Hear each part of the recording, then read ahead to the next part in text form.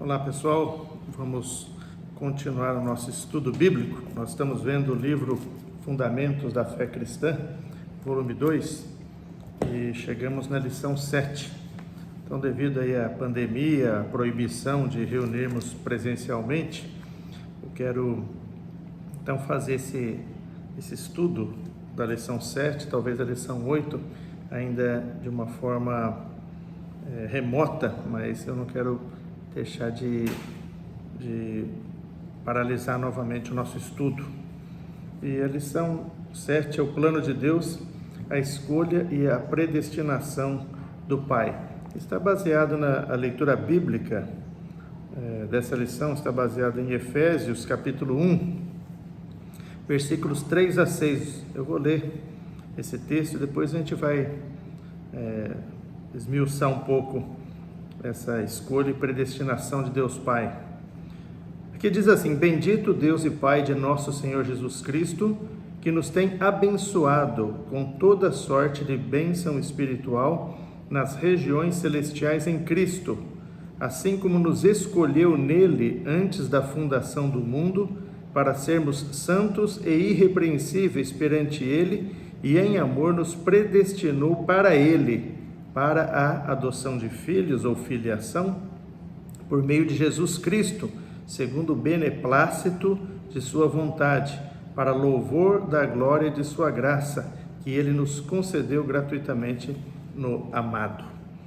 Então aqui em Efésios capítulo 1, nós vemos a bênção, essa bênção, não só do Pai, mas aqui nós vemos a bênção do Pai, do Filho e do Espírito Santo. Então, Efésios 1, de 3 a 6, fala da bênção do Pai.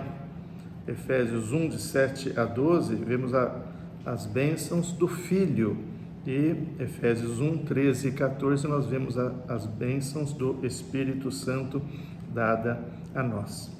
Hoje nós vamos nos concentrar nessa bênção do Pai aqui, que fala da escolha e predestinação do Pai. Então aqui começa falando de bênçãos espirituais nas regiões celestiais em Cristo. É que Deus nos tem abençoado com toda sorte de bênçãos espirituais. O que são bênçãos espirituais? Na verdade, uma bênção espiritual é uma bênção na esfera celestial, algo que vem de Deus, que é muito melhor do que qualquer bênção física que nós podemos receber. É muito comum hoje as pessoas associarem as bênçãos quando ocorre algo tipo: melhorei de emprego, ganhei um prêmio, comprei um carro novo, uma casa.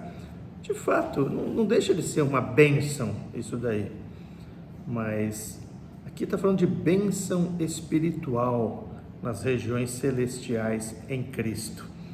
E essas bênçãos, elas são muito mais elevadas do que essas que eu acabei de citar. No entanto, muitas vezes elas passam despercebidas e não são buscadas ou não são atingidas por nós, porque não estamos focados em bênçãos espirituais e sim apenas em bênção material.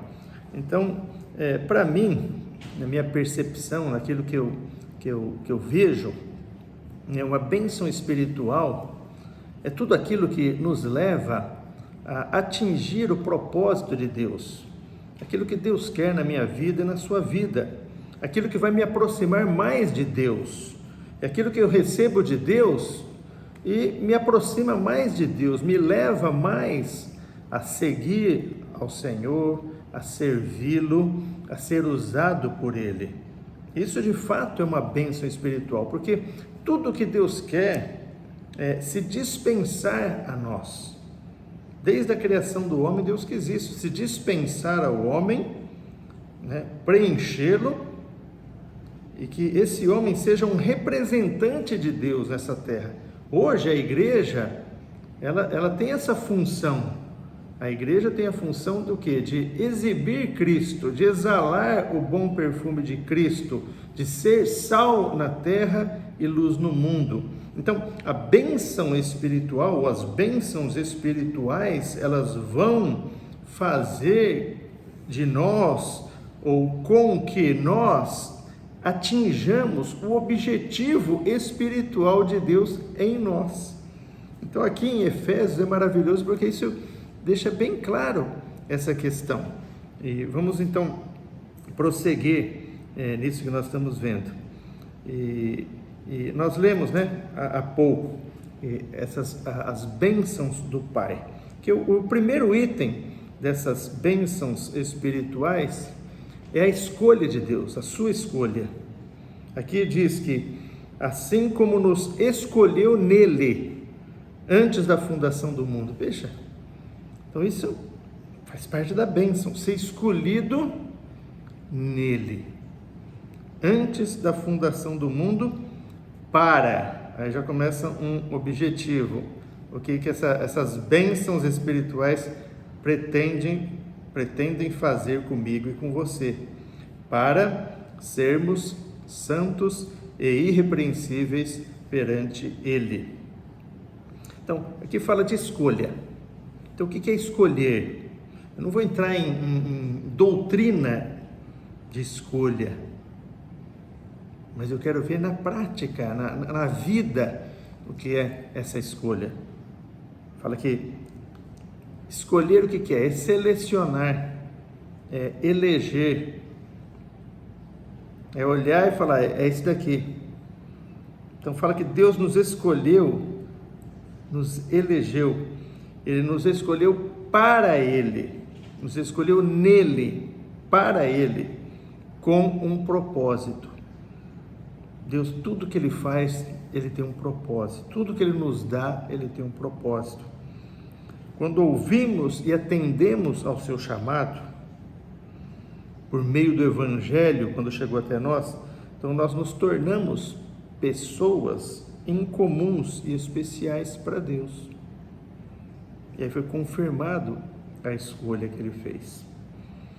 Alguém querido e abençoado por Deus, querido e abençoado pelo Pai. Veja, para que Ele nos escolheu? Aqui fala, para sermos santos. Esse é um dos objetivos da escolha de Deus. Ser santo, o que é ser santo? Ser santo é ser separado, é ser distinto, não é algo comum. Por isso que Deus é santo.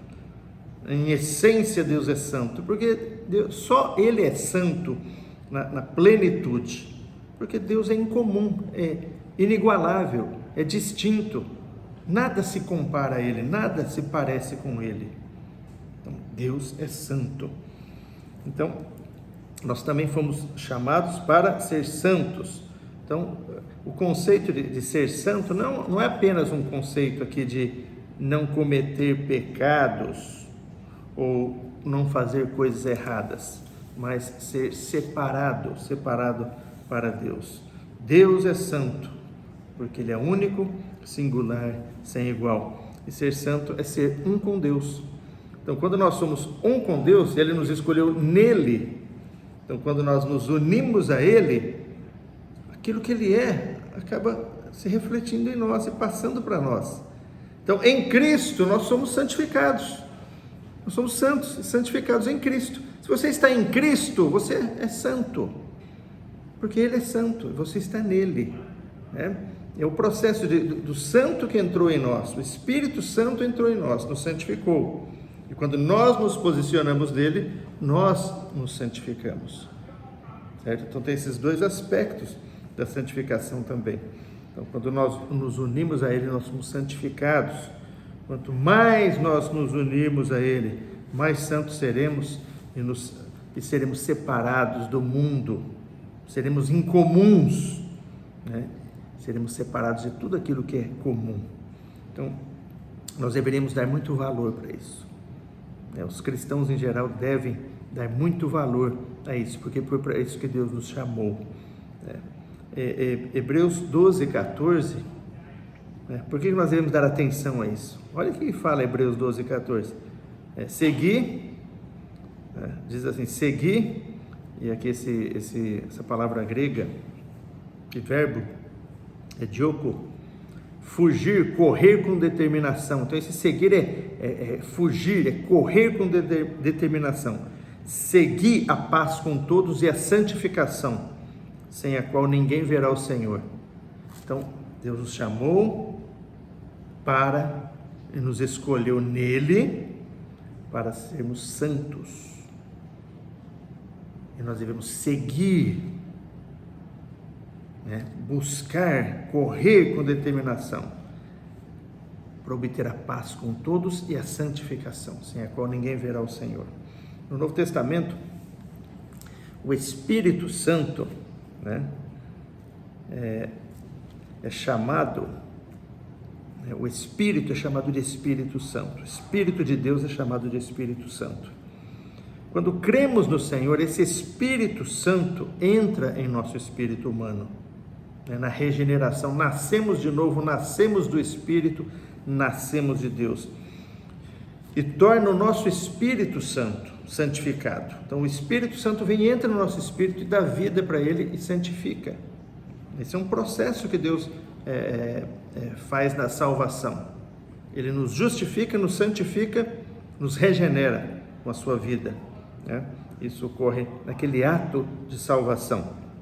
1 Coríntios 6, 17, o apóstolo Paulo nos diz: mas aquele que se une ao Senhor é um espírito com ele. Então, mesclou o espírito divino com o espírito humano, e assim o nosso espírito humano se tornou santo. Agora, como se processa essa santificação?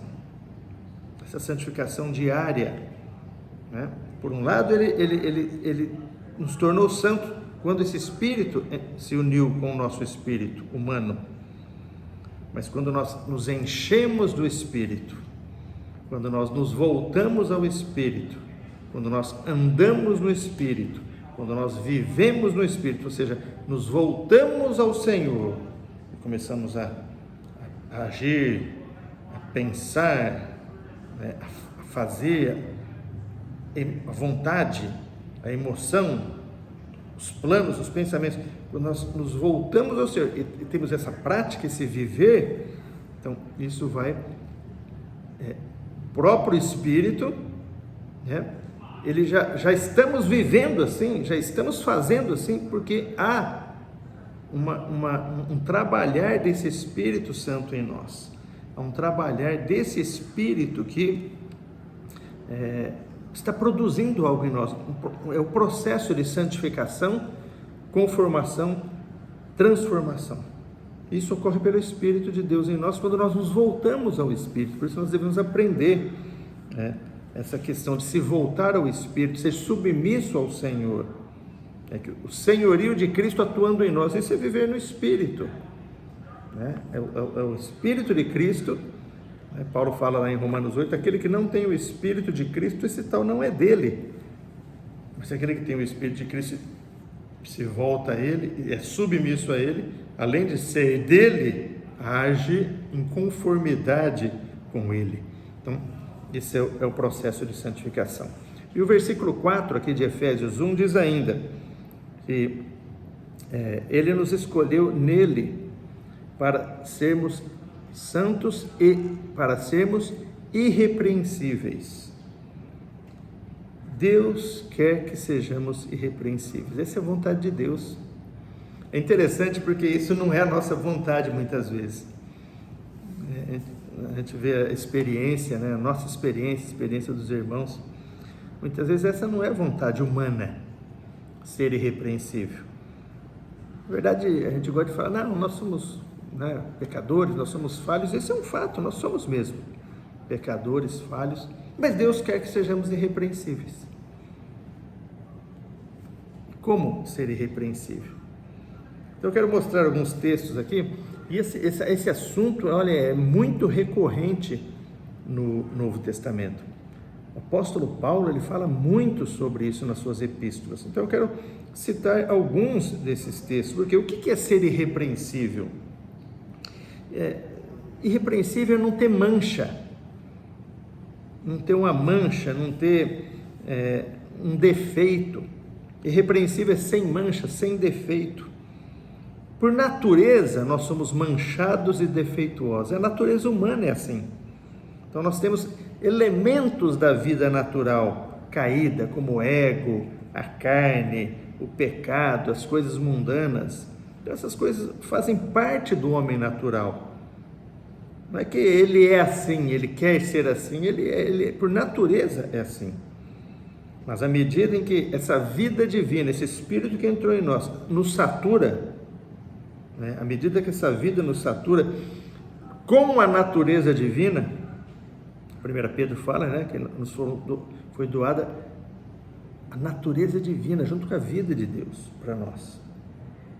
Então, esses elementos da vida natural, à medida que essa natureza divina nos satura e cresce em nós, os elementos da natureza humana, esses elementos da vida natural, eles vão sendo eliminados. É uma troca.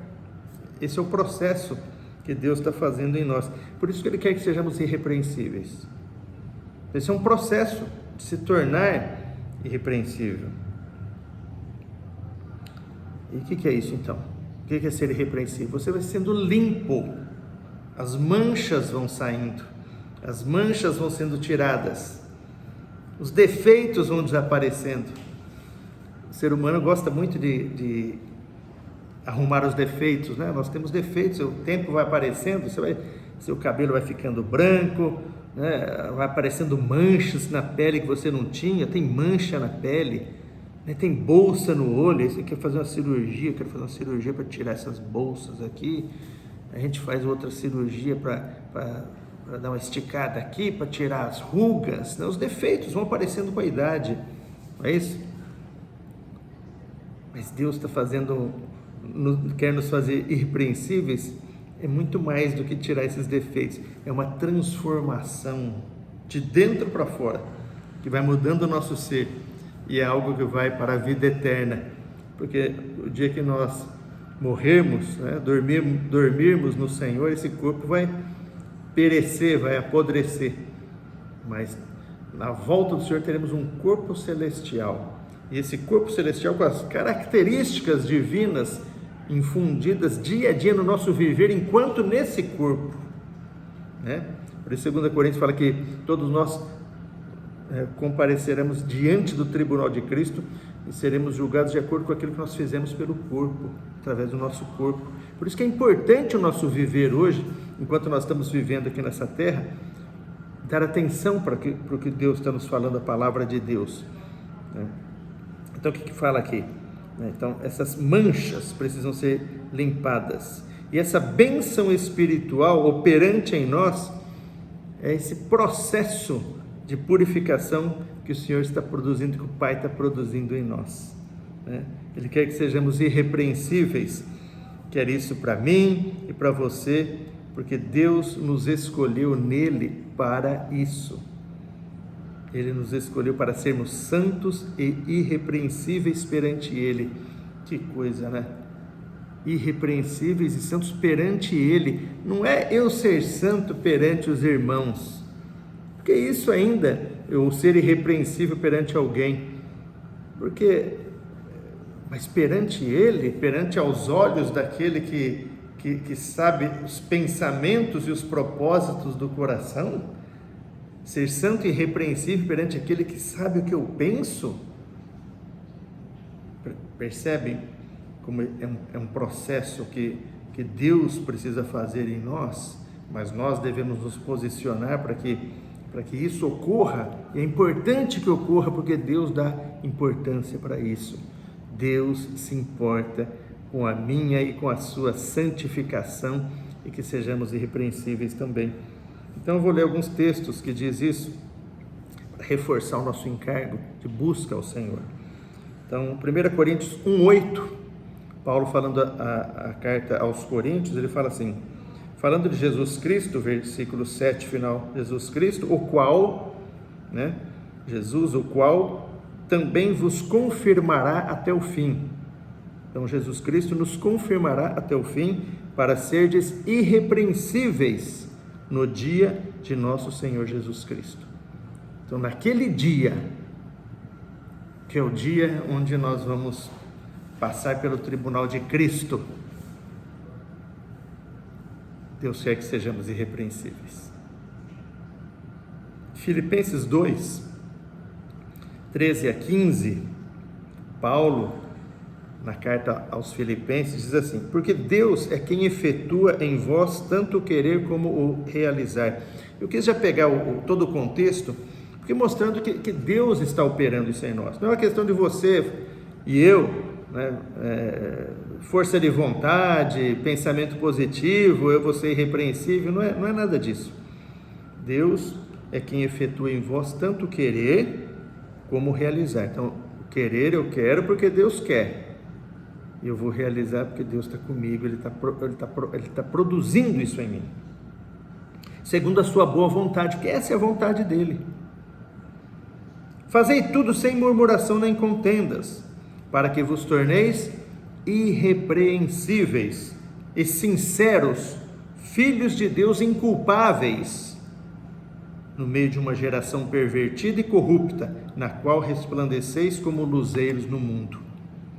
Veja, isso, por que nós seremos irrepreensíveis? Porque nós somos santos.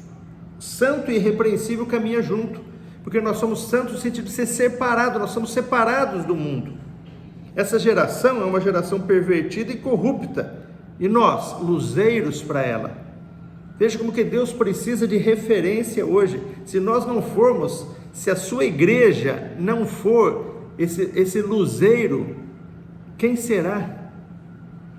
Se a sua igreja não for o sal da terra, quem vai salgar? Quem vai dar sabor? Por isso a importância de vivermos o Evangelho, vivermos Cristo, no padrão que Deus quer para nós. E essa é a vontade dEle, e Ele vai fazer isso se nós nos posicionarmos nele. Louvado seja o Senhor. Colossenses 1, 21 e 22, falei Coríntios, Filipenses, agora a carta aos Colossenses, ele fala 1, 21 e 22, e a vós outros também, que outrora éreis estranhos e inimigos no entendimento pelas vossas obras malignas, estamos falando do nosso passado, antes de conhecer a Cristo, éramos estranhos, inimigos, no entendimento pelas nossas obras malignas. Agora, porém, vos reconciliou no corpo da sua carne, Cristo mostrando a obra que Ele fez na cruz, mediante a sua morte, para apresentar-vos perante Ele santos, inculpáveis e irrepreensíveis. Jesus está querendo fazer isso comigo e com você, nos apresentar perante Ele, né? Santos, inculpáveis, irrepreensíveis. Topa? E aí? Efésios 5, 25 a 27, ele fala a mesma coisa. Ele não usa a palavra irrepreensíveis aqui, mas está no texto aqui, está no sentido. Quando ele fala do marido e mulher, ele fala de Cristo e a igreja. Ele fala o que Cristo está fazendo pela igreja, o que Cristo fez pela igreja e está fazendo pela igreja. Ele fala aqui 5, 25 e 27, vemos que Cristo amou a igreja e a si mesmo se entregou por ela, para que a santificasse, tendo-a purificado por meio da lavagem de água pela palavra, para a apresentar a si mesmo igreja gloriosa, sem mácula, nem ruga, nem coisa semelhante, porém santa e sem defeito, santa e irrepreensível, sem ruga, sem mancha, sem mácula. Então, Ele está nos purificando, né, pela lavagem de água, pela palavra, para nos apresentar a Ele mesmo. Ele quer uma noiva. Nas bodas do Cordeiro, Ele quer uma noiva preparada, santa, sem defeito, sem mácula, nem ruga, nem coisa semelhante, mas gloriosa. Eu e você somos essa igreja, a qual Cristo está fazendo isso e quer isso. Olha, nas bodas do Cordeiro ele vai ser criterioso, ele vai olhar para as nossas vestes, ele vai olhar para nosso desenvolvimento, correto? E 1 Tessalonicenses 5:23, eu acho que o texto mais clássico disso, né? Falei, o mesmo Deus da paz vos santifique em tudo, e o vosso espírito e alma e corpo sejam conservados íntegros e irrepreensíveis na vinda de nosso Senhor Jesus Cristo. Então, vocês percebam que sempre quando fala dessa questão de irrepreensível, é na vinda, apresentar a si mesmo, né? Nós vimos os vários textos aqui, apresentar a si mesmo, lá, 1 Coríntios 1:8, para seres irrepreensíveis no dia de nosso Senhor Jesus Cristo. Então, é algo para o dia do Senhor. Então, o que quer dizer isso? Quer dizer que hoje, enquanto nós estamos vivos, enquanto nós estamos na corrida, enquanto nós estamos nesse caminho, é hora de deixar Deus trabalhar isso em nós. Ainda há tempo, mas isso é algo que nós devemos tomar com temor e tremor, porque essa é a palavra de Deus para nós. Então a bênção do Pai prossegue, em Efésios 1:5 fala, e em amor nos predestinou para Ele. Olha, Ele também nos predestinou para Ele, para a adoção de filhos. O correto aqui é filiação, a palavra grega é huiostesia. Huios, filho, né? Tesia seria estabelecer, tornar. Então, tornar filho. Então, na cultura humana, né? Uma coisa que não era filho, torna filho, é um filho por adoção. Por isso foi traduzido adoção de filhos aqui. Mas o certo é filiação, porque nós somos filhos legítimos de Deus. Mas a todos quantos o receberam, recebeu o Espírito do Filho, recebeu o Senhor, mas a todos quantos o receberam, deu-lhes o poder de serem feitos filhos de Deus, a saber, aos que creem no seu nome. Então nós somos filhos de Deus. Então a melhor tradução aqui não é adoção de filhos, mas Ele nos predestinou para Ele, para a filiação por meio de Jesus Cristo, segundo o beneplácito, o bom prazer, o deleite de sua vontade.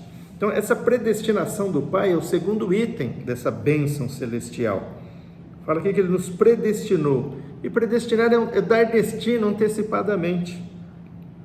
Deus nos predestinou para Ele, Ele nos escolheu nele e nos predestinou para Ele. Isso quer dizer que Deus é o nosso destino, percebe? Deus é o nosso destino, fomos criados por Ele e para Ele. Esse é o sentido da vida humana. Por isso que a vida humana só tem sentido, real sentido. O homem é preenchido quando ele encontra a Cristo, quando ele é preenchido com Cristo. Por quê? Porque Deus consegue cumprir o seu propósito em criar o homem, em criar o ser humano. Então, quando Deus consegue atingir esse propósito, Deus atingiu o propósito dele, e o homem recebe a razão de viver. Então aí ao mesclar da vontade de Deus para satisfazer o coração humano. Louvado seja Deus, né? Graças a Deus, porque nós já recebemos a Cristo, podemos provar, né, essa predestinação. Fomos predestinados para Ele. Então esse é o sentido da vida humana. Fala que nós somos predestinados para Ele, para a filiação. Então, esse predestinado para Ele é para a filiação. Então, tudo a ver ser filho de Deus. Então, nós somos predestinados para ser filhos de Deus. Deus quer que todo homem seja salvo, todos os homens sejam salvos e cheguem ao pleno conhecimento da verdade. E esse processo inicial da salvação é se tornar filho de Deus, né? Isso é uma maravilha, porque Deus nos escolheu e nos deu um destino, que é ser seus filhos. Deus nos gestou, nós somos gestados por meio de Jesus Cristo naquela cruz, através da sua morte e ressurreição. Louvado seja Deus. Então, ao receber o Espírito do Filho, na regeneração, todos quantos o receberam, deu-lhes o poder de serem feitos filhos de Deus. João 1,12, a saber, aos que creem no seu nome. E o versículo 13 fala: os quais não nasceram do sangue, nem da vontade da carne, nem da vontade do homem, mas de Deus, nasceram de Deus, se tornou filho de Deus. Regeneração, graças a Deus. Por quê? Porque o Espírito do Filho entrou no nosso espírito. Paulo explica isso em Gálatas, capítulo 4. Gálatas 4, de 4 a 6, fala assim: vindo, porém, a plenitude do tempo, Deus enviou o seu Filho, nascido de mulher, nascido sob a lei, para resgatar os que estavam sob a lei. Então Deus se fez carne para resgatar todos os que estavam na carne, a fim de que recebêssemos a filiação. Então Deus veio para resgatar os que estavam sob a carne, a fim de que recebêssemos a filiação. Então, todo o processo de Deus é para nos fazer filhos dele. Por isso que fala em Efésios: fomos predestinados para a filiação. E versículo 6 fala assim: e porque vós sois filhos, ruiós, então ele enviou o seu filho, ruiós, grego, ruiós, e aí fala assim: e porque vós sois filhos, agora nós nos tornamos filhos, enviou Deus ao nosso coração o Espírito do seu Filho, o Espírito do seu ruiós, que clama Abba Pai. Então, porque nós somos filhos, Deus enviou ao nosso coração o Espírito do Filho, aí nós nos tornamos filhos. Jesus veio como primogênito, como unigênito, e ressuscitou como primogênito, e aí a partir daí todos que creram foram gerados filhos de Deus, foram feitos filhos de Deus. Então, porque receberam o Espírito do Filho, então a filiação está em nós. Nós recebemos o Espírito do Filho e nos tornamos também filhos de Deus. Então vemos então que o Pai nos escolheu para sermos santos e irrepreensíveis e nos predestinou para a filiação. Então a santificação é o processo. A santificação, sermos santos e irrepreensíveis, é o processo, mas o objetivo é a filiação. Deus, como filhos, Deus nos gerou filhos. Deus agora quer que cresçamos e amadureçamos para nos tornar os seus herdeiros. Então, sempre quando a Bíblia nos fala de filhos, dessa filiação, também fala de herança. E nós sabemos que um filho, ele tem direito a uma herança, mas ele só toma posse da herança na sua maioridade, certo? A Bíblia também faz essa relação conosco. Sempre que fala de filiação, fala de herança. Gálatas 4, o texto da sequência que nós lemos até o 6, 4, 6 e 7 fala isso. E porque vós sois filhos, Deus enviou ao nosso coração o Espírito de seu Filho, que clama Abba Pai. De sorte que já não és escravo, mas, porém, filho, e sendo filho, também herdeiro de Deus. Então, um filho é um herdeiro de Deus. Romanos 8, 16 e 17 fala: o próprio Espírito testifica com o nosso Espírito que somos filhos de Deus. Ora, se somos filhos, somos também herdeiros, herdeiros de Deus e co-herdeiros com Cristo. Se com Ele sofremos, também com Ele seremos glorificados. Então, em Cristo, nós somos co-herdeiros. Por que nós somos herdeiros? Por que nós somos filhos? Porque o Espírito do Filho entrou no nosso coração. E junto com Cristo, Cristo em nós, a esperança da glória, nós em Cristo, somos herdeiros. Vamos receber essa herança. Então, tudo é em Cristo. Tudo ocorre por meio de Cristo em nós, da nossa união orgânica com Cristo. Nossa meta na vida cristã não é somente ter um viver separado do mundo, sem pecado, mas a nossa meta é alcançar a plena filiação, ser um filho maduro, até que todos cheguemos à unidade da fé e do pleno conhecimento do Filho de Deus, a perfeita varonilidade. Isso é um filho maduro, um varão perfeito, um filho varão crescido, à medida da estatura da plenitude de Cristo. Efésios 4 nos fala isso. Essa é a meta de Deus para os seus filhos. Cresçamos, amadureçamos, tomamos posse da herança.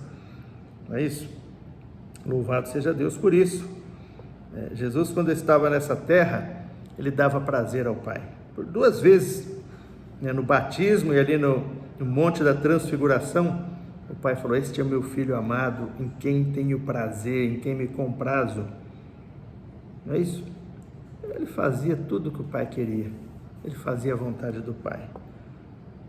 Mas após a morte e ressurreição do Filho, desse primogênito, ele se tornou, o unigênito se tornou primogênito entre muitos irmãos. Dessa forma, o Pai quer ter o mesmo prazer que ele tinha no seu Filho unigênito aqui na terra, com seus muitos filhos que hoje estão aqui, que somos nós. Romanos 8, 29, Paulo fala assim: porquanto aos que de antemão conheceu, também os predestinou para serem conformes à imagem do seu Filho.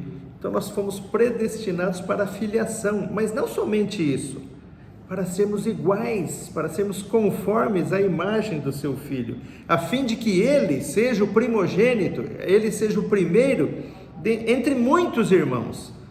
O que está querendo dizer aqui? Que ele seja o primeiro de muitos iguais a ele. Eu e você. Eu e você. Então, esse é o objetivo de Deus para a minha vida, para a sua, o propósito de Deus ao nos gerar filhos para Ele. A geração de um filho, o novo nascimento é o ponto de partida.